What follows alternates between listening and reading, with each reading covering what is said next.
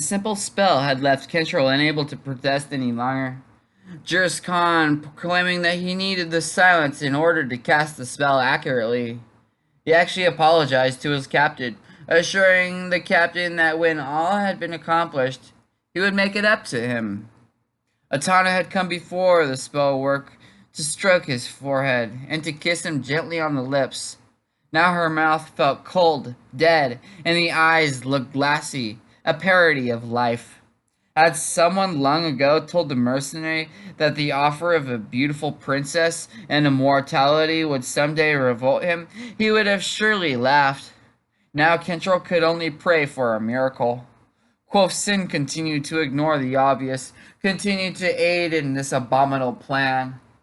The Vajera began the first part of the spell, summoning forth forces locked in the runes and intertwining them with the raw powers emanating around them. Beside him, a blissful smile on her face, Atana murmured words in what sounded like a backspread apart of the palm of one hand facing with the common word of the tongue, the other facing her father.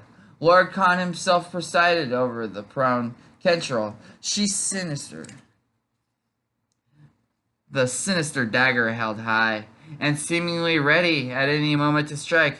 The monarch of blessed Ure spoke in a combination of understandable and unintelligible phrases, both of which lent further fear to the prisoner. "Blood is the river of life," the elder man shouted to the ceiling at one point, "and we drink it gratefully from the river. Blood is the sustenance of the heart, and the heart is the key to the soul. The soul is the guide to heaven, and the guide to mortality." The dagger edged nearer, then receded as Khan started speaking in one of the cryptic languages again. Kentril wanted to faint, but knew that if he fell prey to such an escape, he might never wake up. Whether that would be preferable to the monstrous existence offered to him, the captain could not yet say. If he had stayed conscious, at least yet some hope existed, however meager that anyone might still find a way to free himself before it was too late. But no avenue of escape presented itself to him. As Kentril watched wide-eyed, Juris Khan finally leaned forward and raised the dagger high above his captive's heart. The look in the elder man's eyes told the mercenary that this time the blade would be plunged into the target. Swirling tendrils of pure energy arose around Kentril, causing every fiber of his being to go completely taut. Quoth Sin guided the tendrils from which Lord Khan then seemed to draw strength. "Great servant of heaven above, Archangel Miracotis, hear this humble one. Blood, the harbinger of the soul, opens the path to the true world. Let your power guide. Let at last the might of heaven undo what has been done. Undo the shadow's binding. Let the sun serve not to give death to your children. Let Ure return to the mortal plane. And from Ure let your children go forth and bring to their fellow men and women the truth so you dearly all know." It all sounded so mad, but Kentril could do or say nothing to prevent the sacrifice. "Bless Miracotis with this blood, Juris Khan, do humbly beg this boon." The dagger came down. A hand suddenly appeared out of nowhere and clutched Captain Dumont's right arm.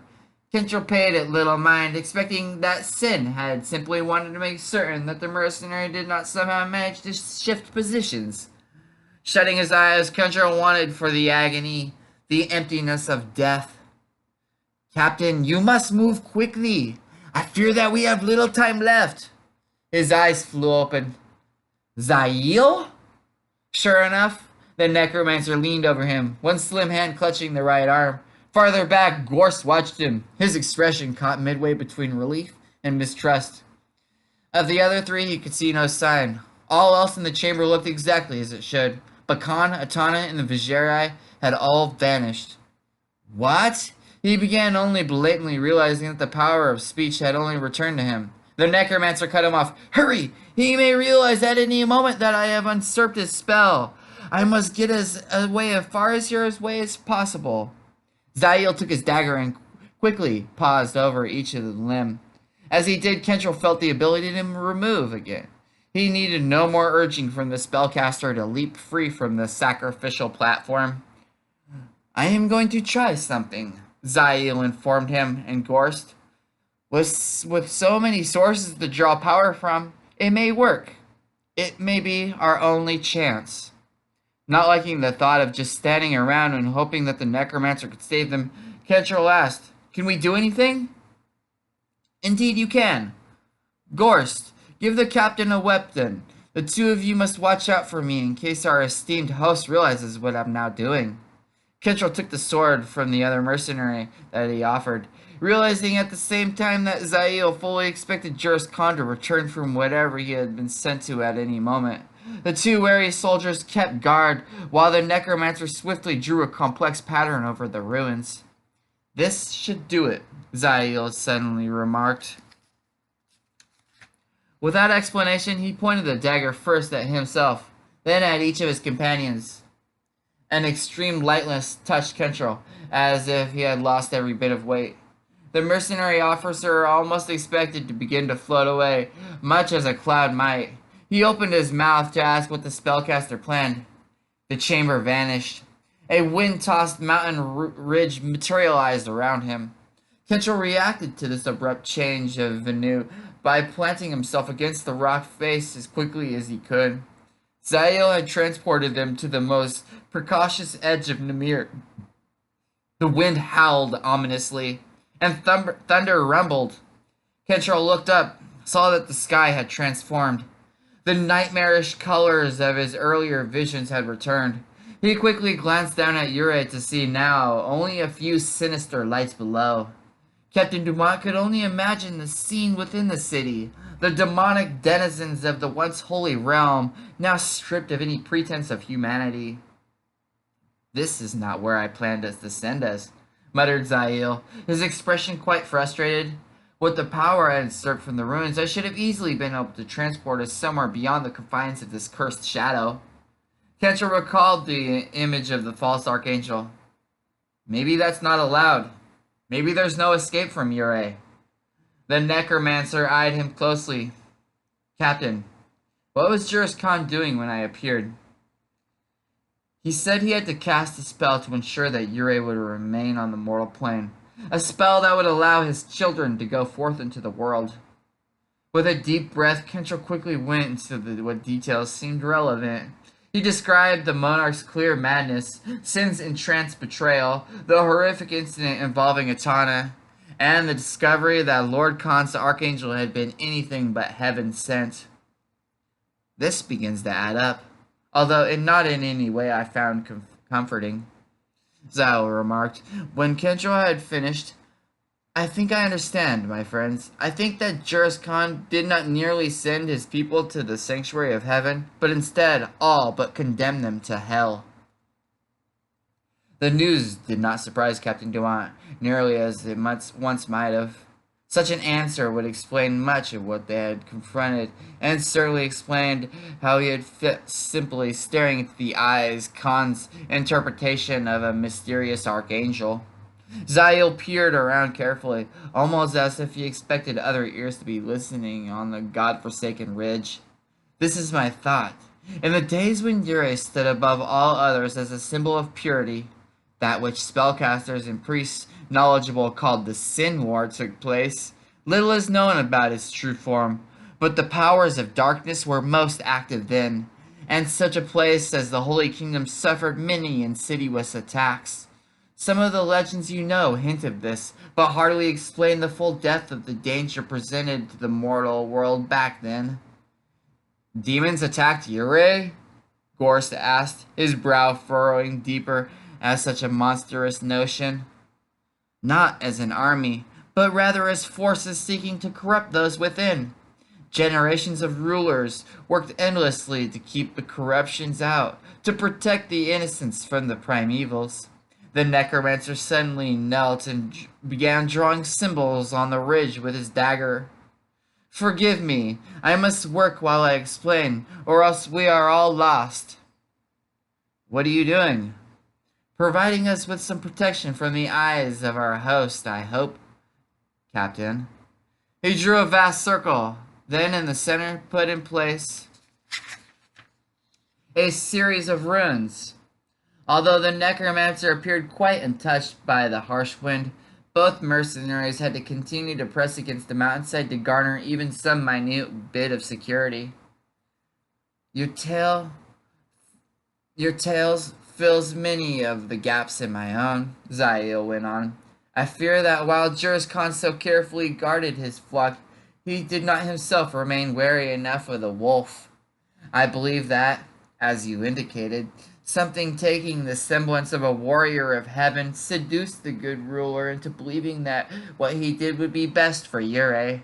I believe, as you do, that this may very well have been Diablo himself. But surely it cannot be, Kentrell protested, not wanting to believe that he had seen the truth. That would have just been too outrageous. Hardly. Yuri was the greatest prize of all. It would demand the effort of the greatest of demons. Yes, Captain. I think that Diablo came in the form you saw, corrupted Lord Khan without him realizing that fact, and twisted everything the man desired into worse and worse evil. Instead of heaven, he would have sent them to hell, and only the timely action of Gregus Mati prevented that. However, even Limbo could not save them forever. Diablo, so the spellcaster suspected, had managed at last to touch once more the mind of his pawn. Slowly he had made Juris Khan give both his people and his daughter to the demon lord. Yurei had become a corrupt nightmare, where the few who had perhaps resisted had become sacrifices at worst. But the Lord of Terror had not been satisfied yet. Perhaps it had initially occurred to him when Yurei had first momentarily returned to the mortal world. Perhaps then Diablo had seen the opportunity for a true gateway through which his evil hordes could spread out into the world, unchecked by any barrier whatsoever. But Diablo required blood, untainted blood. To do this, unfortunately, in his madness, Juris Khan had slain all available spellcasters. He needed someone to aid him, someone of knowledge and skill. By either chance or fate, your party provided him with both. But you rescued me. We've stopped him. Zael arose, his solemn gaze meeting the captain's own. Have we? The spell seemed quite advanced when I finally reached you. But he never drew any blood from me. The necromancer nodded, but clearly took no comfort in the fact.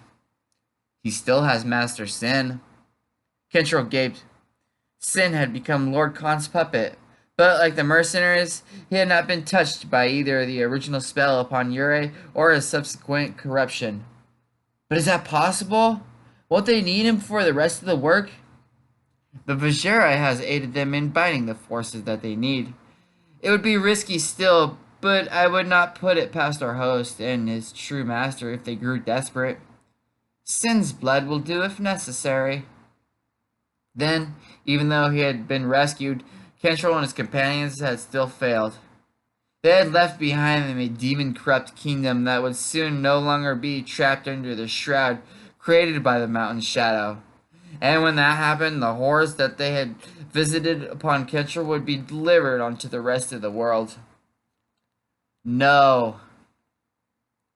No, indeed, agreed the pale figure. But I believe there is still a chance to prevent this horrific thing from coming. To pass a chance to send Yurei to his long overdue and proper rest. But how? If Sin's blood is already spilled, doesn't that mean that the city's already part of our world again? In order for this, the spell must be tied into the two keys. It is my suspicion that they must still be in place when the sun touches the one atop the peak. Only then will the spell of the blood tie itself to darkness, and light grant whose, though in Yurei, the ability to step freely beyond the shadows. Gorse put the matter into simple terms.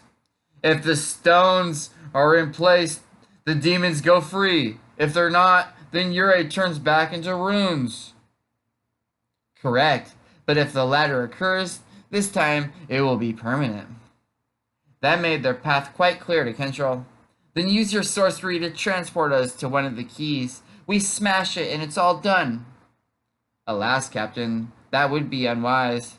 I tried to use the power of the ruins to send us to your original encampment, just beyond the shadow. But, he spread his hands. You could see where we ended up. So what do we do then? Zael toyed with the knife.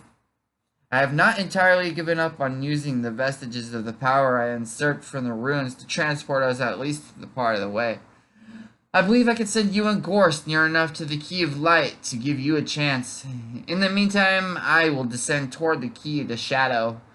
One of us may succeed. That is all we need to do to stop this horror from expanding beyond Ure. That plan had been tried before, though, and for Gregus Matzi and the priest Abio, it had failed miserably.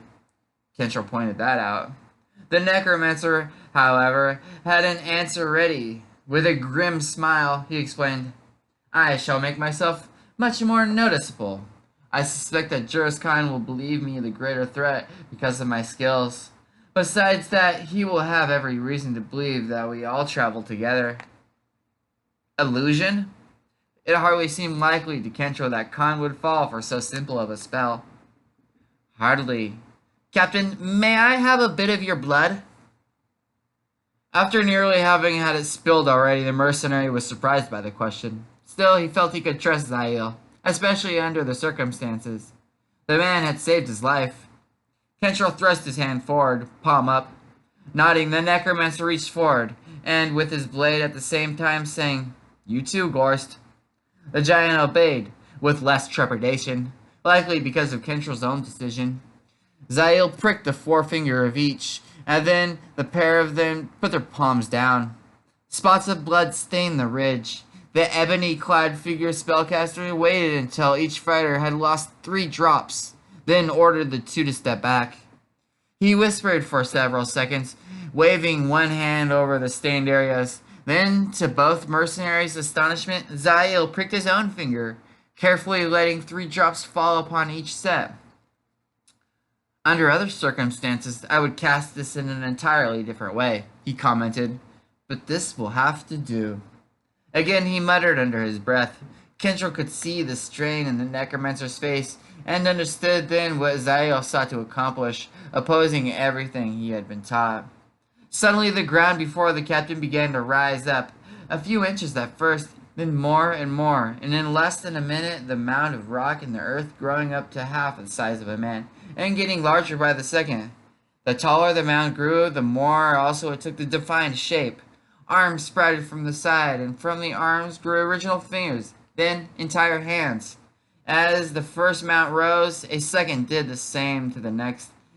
This one outplaced even the first, quickly rising to become as tall as Gorst. In fact, the more Kentrell studied it, the more it outwardly resembled a carving of the giant.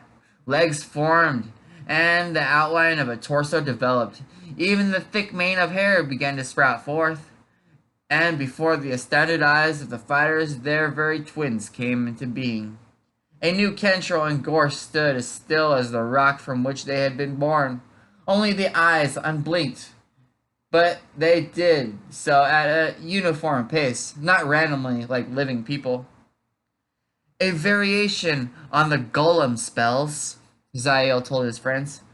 Not an experiment to be tried first under such conditions, but at least it worked.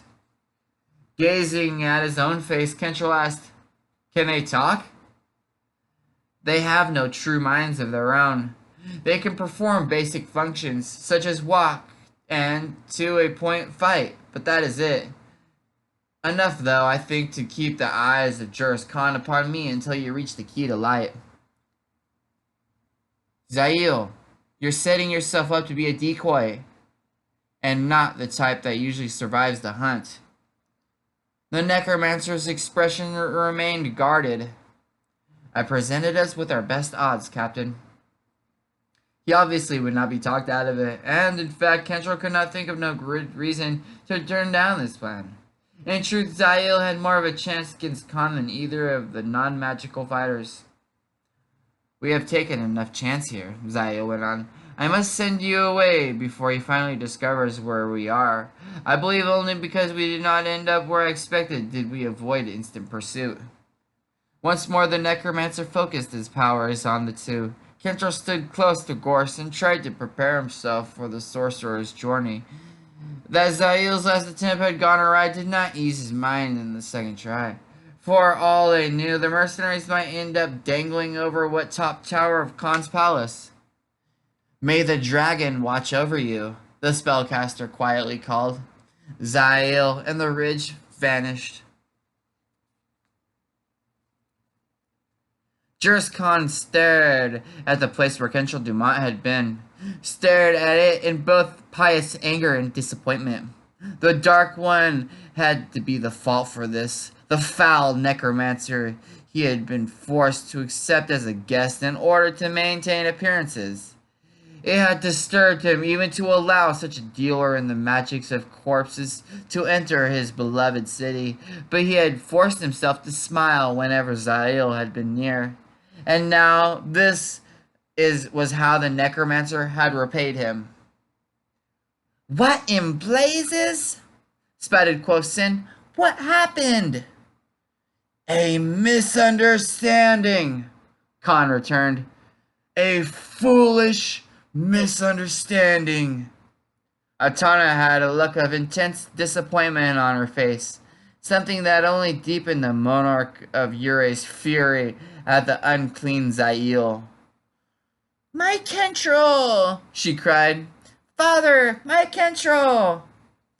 He put a calming hand on her soft shoulder. "Calm yourself, my beloved daughter. The good captain will return to us. We may yet have to perform a different rite on him to make him ready for you, but the rest is assured. It'll happen." "But what of Dumont?" the Vizier demanded. "Where did he go?" "It appears I underestimated this Zael. Not only did he pass the magical variations of this chamber I had long ago cast, but he used it to his advantage, reaching out from the other reality into this one and taking the captain with him." "What did the spell, though? What of that?" Lord Khan gazed thoughtfully at the sorcerer, but directed his words towards his daughter. "Yes, what of that?" "Atana, my darling, has our work been completely ruined?" "Of course not, father. I would never let you down like that. How could you even ask such a thing?" Of course. My sincerest apologies, Atana," he chuckled. The tall, robed figure stepped within an arm's length of Quothsin. "And to you too, Master Sin." The diminutive sorcerer squinted. "Apologies? For what, my lord?" "For what I must do now." With shocking strength, Juris Khan seized the short Vizier and flung him atop the platform. "My lord!" "Know that your sacrifice will allow my children to spread across every land and open the way of heaven to this benighted world." Sin's mouth opened in preparation of a spell. Every rune upon his robe flared bright, but the elderly sorcerer even sought to stave off Khan with his stick-thin arms. None of his defenses, either magical or mundane, aided him against the power wielded by Juris Khan. With a prayer that the great Archangel Miracotis, Lord Khan drove the dagger into the Vizier's bony chest. Sin's eyes bulged. He gasped for breath, but found none. His eyes slid from the robes of the monarch, but at last falling limply. Blood spilled from the deep wound, racing over the garments and at last falling upon the platform. A crackle of lightning shot up from the body of Quothsin, forcing Lord Khan back. More bolts quickly followed, creating an epic battle of forces in play directly over the corpse. The master of the holy city fell on one knee in supplication. "Great Miracotis, hear my humble plea. Let the world of mortal men be ours once again." A tremor shook the entire place, but did not at all frighten Juris Khan. A sense of displacement swept over him, and momentarily he saw 100 different variations of his surroundings. At last, however, they all begun to merge, finally coalescing once more into the version from which he was most familiar.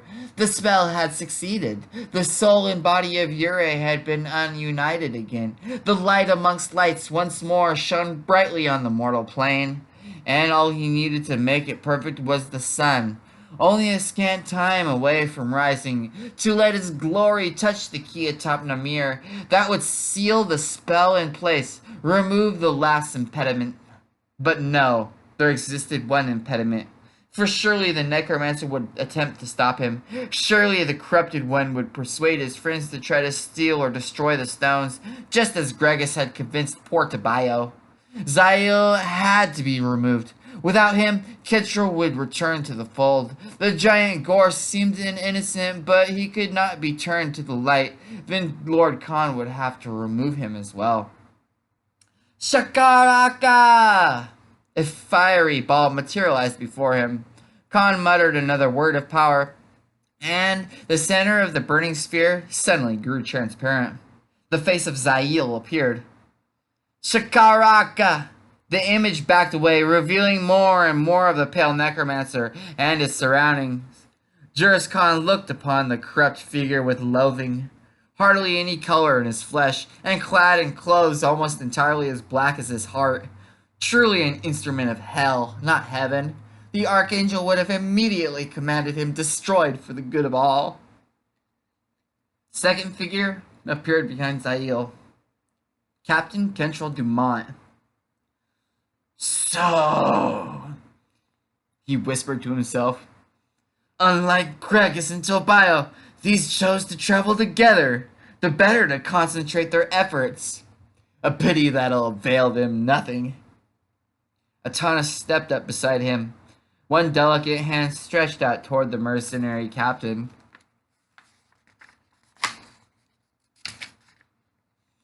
Kentrell, she cooed. I shall bring him back for you, my darling. He did not add that he would do so, and that would prove necessary, to slay the man. The spell that would have given his daughter the perfect mate could no longer be cast, and although Lord Khan had promised her that Captain Dumont would yet be hers, more and more he realized how difficult that might be. Still, he would try. But first he had to distract her, lest she wished to come with him. It would not do for her to see the captain slain, should that prove necessary. Atana, my darling, I see no sign of the larger one, the one you call Gorst. I need you to help keep watch on the key to light. Make certain that he doesn't climb up and try to take it before sunrise. Understood? Fortunately, she had not heard what had been said, the group traveling together, nor did she see, as he briefly had, the giant followed behind his fellow mercenary. But I want to go to Kentrell. He would only become more confused, possibly even injure himself. You know how torn he was. The necromancer will surely have turned his mind wrong for the moment. Atana obviously still wished to go, but she nodded her head nonetheless. All right, Father. Wonderful! He gave her a hug, then kissed her forehead. Now be off with you! Soon we shall have all this sorted out, and the good Captain Dumont will be yours again. As you wish. She smiled, kissed him on the cheek, and vanished. Any pleasantry vanished with his daughter. Grimly, Juris Khan glared at his figures, winding their way down toward the Key of Shadow. They had condemned themselves with this sinful action, just as Gregus had. He would smite them down, even Atana's beloved, if necessary. Their wicked deeds could not go unpunished. Still, fairness dictated that they pray for the sinners, even as he prepared to slay them, just as he had done with Gregus and Tobias. Lord Khan whispered a few words, then ended with the phrase that always must brought him comfort. May the Archangel Miracotus take up your souls. And with a satisfied smile, he went to send the three to their final rewards.